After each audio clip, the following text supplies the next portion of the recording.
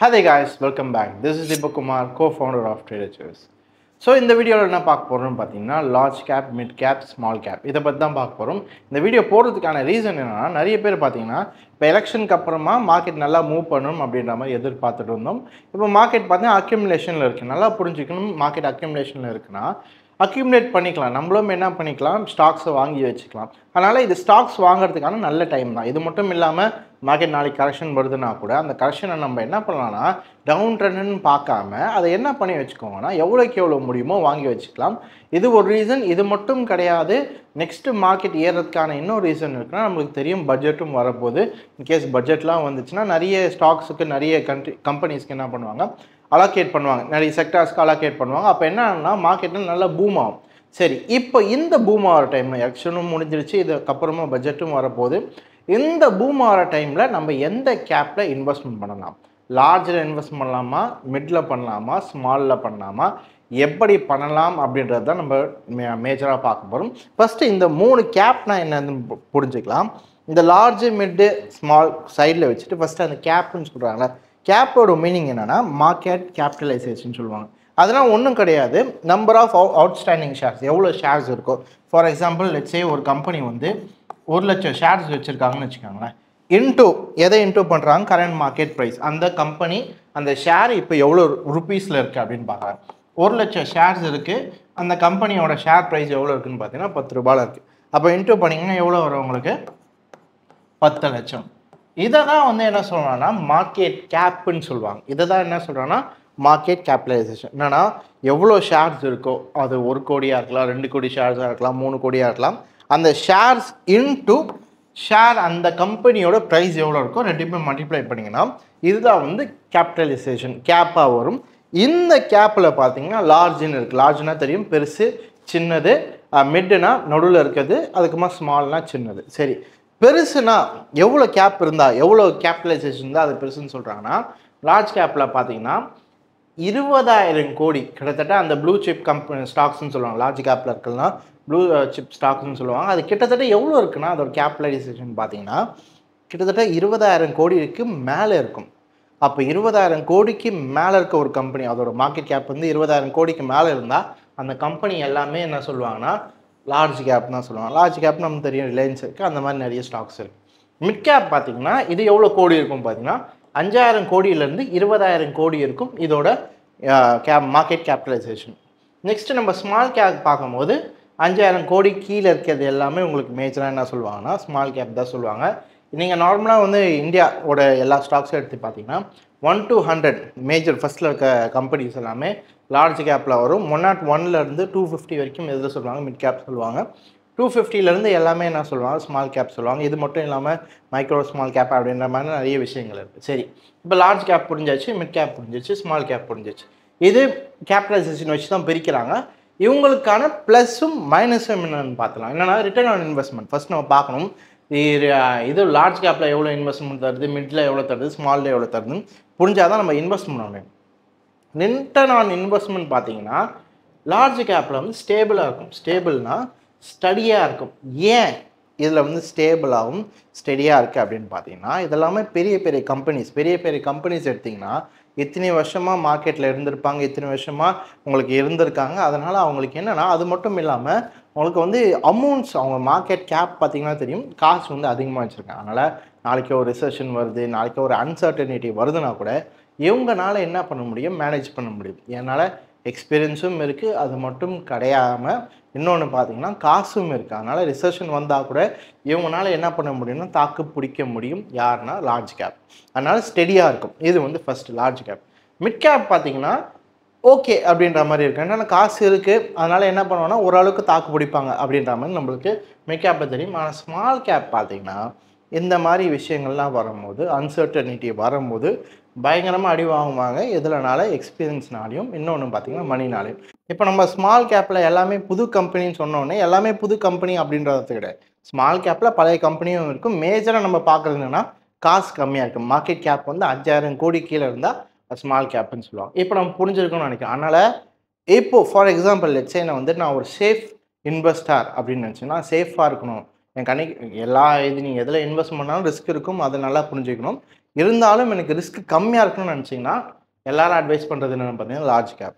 கொஞ்சம் ரிஸ்க் எடுத்தாலும் எனக்கு கொஞ்சம் ரிட்டர்ன் அதிகமாக இருக்கணும் அப்படின்னு எதிர்பார்த்தீங்கன்னா மிட் கேப் போகலாம். இல்லை எனக்கு நிறைய ரிஸ்க் இருந்தாலும் பரவாயில்ல, ரிட்டர்ன்ஸ் எனக்கு நல்லா வரணும்னு நினச்சிங்கன்னா ஸ்மால் கேப். ஏன் ஸ்மால் கேப்பில் ரிட்டர்ன்ஸ் அதிகமாக வருது? ரிஸ்க் அதிகமாக இருக்குன்னு பார்த்துட்டோம். ஏன் ரிட்டர்ன்ஸ் அதிகமாக வருதுன்னா, இப்போ தான் எமர்ஜ் ஆகிற கம்பெனினால அவங்க என்ன பண்ணுவாங்க, நிறைய புது திட்டங்கள் கொண்டு வருவாங்க. க்ரோத்துக்காக நிறைய விஷயங்கள் என்ன பண்ணுவாங்க, இது பண்ணுவாங்க. க்ரோத் இன்வெஸ்டிங் சொல்லுவாங்க. ஒரு கம்பெனி ப்ராஃபிட் வர்றதுனால ஸ்மால் கம்பெனிஸ் என்ன பண்ணுவாங்கன்னா, அவங்க கம்பெனி வளர்க்குறதுக்கே திருப்பி திருப்பி இன்வெஸ்ட் பண்ணுவாங்க. இதுதான் அதுக்கான டிஃப்ரென்ஸ்னா, லார்ஜ் கேப்பில் வந்து ரிஸ்க் கம்மி, ஆனால் அது ப்ராஃபிட் பண்ணி ரொம்ப எக்ஸ்பெக்ட் பண்ண முடியாது. மீடியம் இதில் பார்த்தீங்கன்னா மீடியமாக இருக்கும்.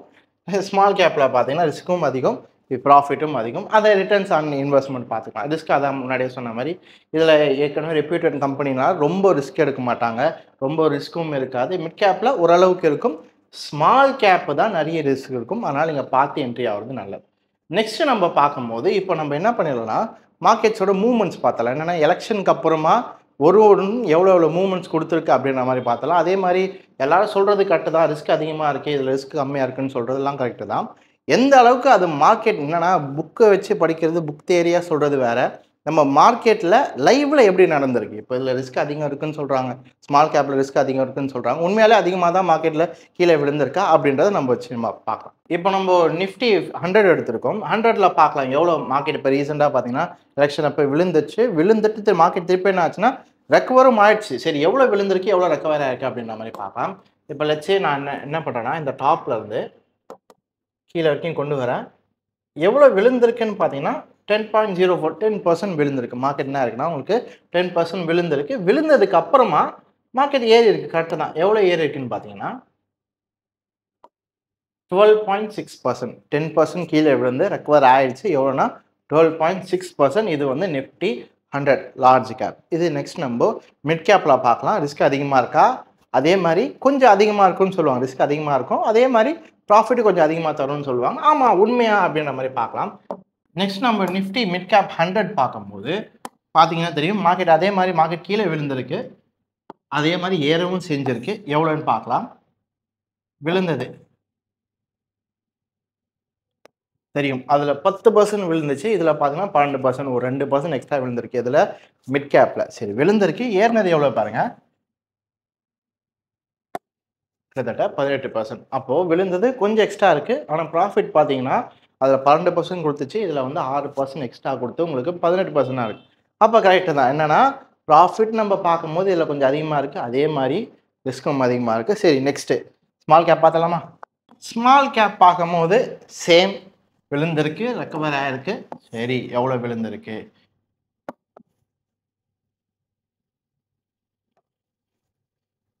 லார்ஜில் 10, அதில் 12, இதில் 14. என்னன்னா 2% எக்ஸ்ட்ரா ஆயிருக்கு. லார்ஜுக்கும் ஸ்மாலுக்கும் பார்க்கும்போது 4% வந்து எக்ஸ்ட்ரா ரிஸ்க் இருந்திருக்கு, லாஸ் ஆயிருக்கும். கரெக்ட் தான். சரி, நெக்ஸ்ட் ப்ராஃபிட் எவ்வளோ கொடுத்துருக்கு.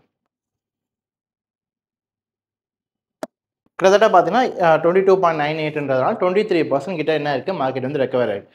லார்ஜ் கேப்பில் பார்த்தோம் கிட்டத்தட்ட 12%, 13% கிட்ட ஆச்சு. இதில் வந்து 10% எக்ஸ்ட்ரா ஆகி உங்களுக்கு 23% கிட்ட கொடுத்துருக்கு. அப்போ நம்ம பார்க்கும்போது ரிஸ்க் இருக்க தான் செய்யுது, அதே மாதிரி உங்களுக்கு எதுவும் அதிகமாக இருக்குன்னு பார்த்தீங்கன்னா ரெக்கவரியும் அதிகமாக இருக்குது. ஏன்னா மூவ்மெண்ட் வால்டாலிட்டி இதில் எப்போதுமே அதிகமாக தான் இருக்கும். என்னன்னா லார்ஜ் கேப் முன்னாடியே சொன்னாங்க ஸ்டெடியாக இருக்கும், மேலே போகிறது ஸ்டெடியாக இருக்கும், கீழே வருது ஸ்டெடியாக இருக்கும். இதில் பார்த்தீங்கன்னா கீழே வருது கொஞ்சம் நல்லா இருக்கும், நல்லாவே வரும், மேலே போகிறதும் நல்லாவே வரும். இது மட்டும் இல்லாமல் இப்போ நான் எலெக்ஷன் சொன்னேன்ல, இந்த எல்லோவில் இருக்கலாம் பார்த்தீங்கன்னா இந்த டேட்டாவே பார்த்தீங்கன்னா போன எலெக்ஷன் தான், இந்த எலெக்ஷன் கிடையாது.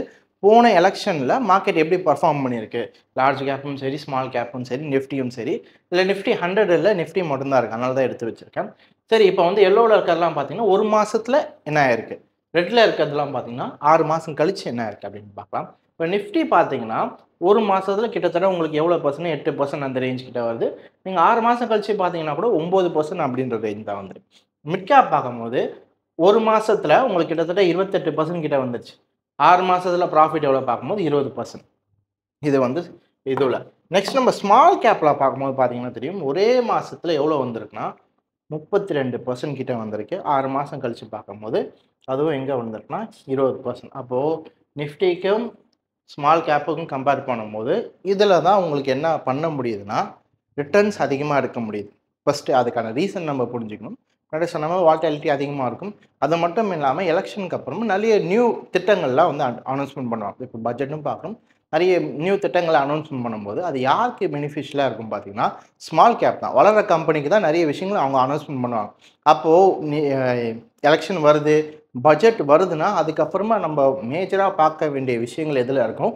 ஸ்மால் கேப் தான் இருக்கும். ஆனால் புரிஞ்சிக்க வேண்டிய விஷயம் என்னென்னா, ரிஸ்க்கும் அதோட அசோசியேட் ஆயிருக்கு. அதனால் நீங்கள் பண்ண வேண்டிய விஷயம் என்னென்னா, இப்போ இன்வெஸ்ட்மெண்ட் பண்ணுறதுக்கான நல்ல டைம் என்னென்னா அக்யூமுலேஷனில் இருக்குது. அது மட்டும் இல்லாமல் மார்க்கெட் ஒரு கரெக்ஷன் வருதுன்னா கூட இது எல்லாமே நம்ம பை பண்ணுறதுக்கான ஒரு நல்ல டைம் தான். ஆனால் புரிஞ்சிக்க வேண்டிய விஷயம் என்னென்னா, large cap, mid cap, small cap இருக்குது.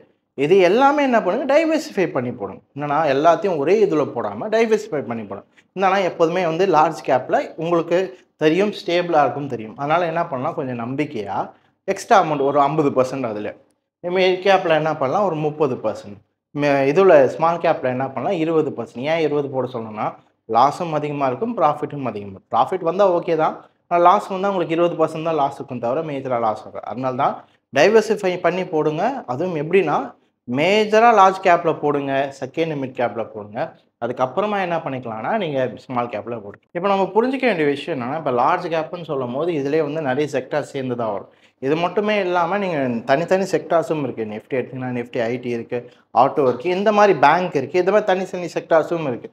அதுலேயும் நீங்கள் என்ன பண்ணலாம், இன்வெஸ்ட் பண்ணலாம். நிறைய பேர் என்ன பண்ணுவாங்கன்னா, லார்ஜ் கேப்பாக போகும்போது இப்போ பேங்க் மட்டும் போகணுன்னா ஒரு பயம் இருக்கும். பேங்க் செக்டார் விழுந்தால் மொத்தமாக விழுந்துருமே அப்படின்னு ஒரு பயம் இருக்கும். இது நம்ம போகும் பேலன்ஸ்டாக இருக்கும். பேங்க் விழுந்தால் கூட ஐடி ஏறும். அந்த மாதிரி ஆட்டோ விழுந்தால் கூட உங்களுக்கு என்ன ஆகும், மற்ற செக்டார் ஏறும். அதுக்காக தான் நிறைய பேர் எங்கே போகிறாங்கன்னா லார்ஜ் கேப் போகிறாங்க.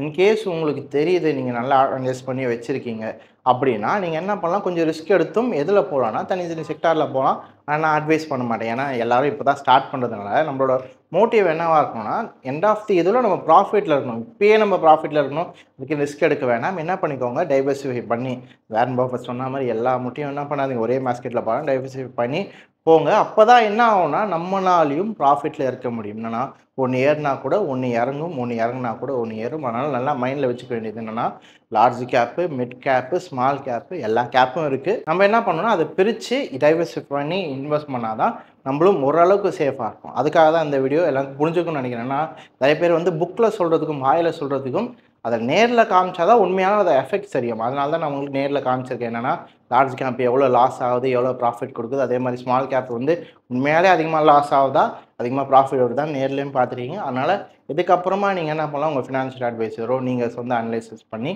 நீங்கள் என்ன பண்ணிக்கலாம், தாராளமாக ட்ரேட் பண்ணிக்கலாம். எனக்கு தெரிஞ்சு இந்த வீடியோ ரொம்ப யூஸ்ஃபுல்லாக இருந்திருக்குன்னு நினைக்கிறேன். நான் இதே மாதிரி நான் அடுத்த வீடியோ சந்திக்கிறேன். Until then, take care. Bye.